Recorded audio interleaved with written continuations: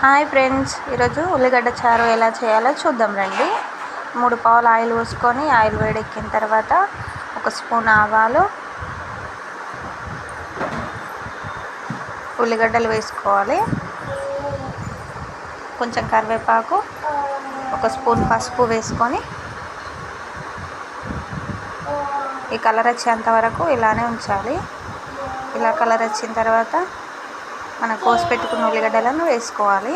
1 spoon ఉప్పు వేసుకొని కలిపి ఒక 10 మినిట్స్ సిమ్లోనే మగ్గనివ్వాలి.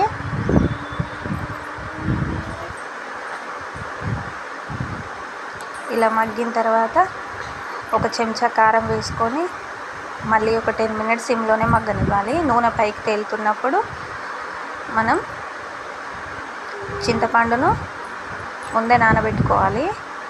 చింతపండు రసం పోసుకొని ఒక 5 మినిట్స్ అయిన తర్వాత దించేయడమే. Thank you friends.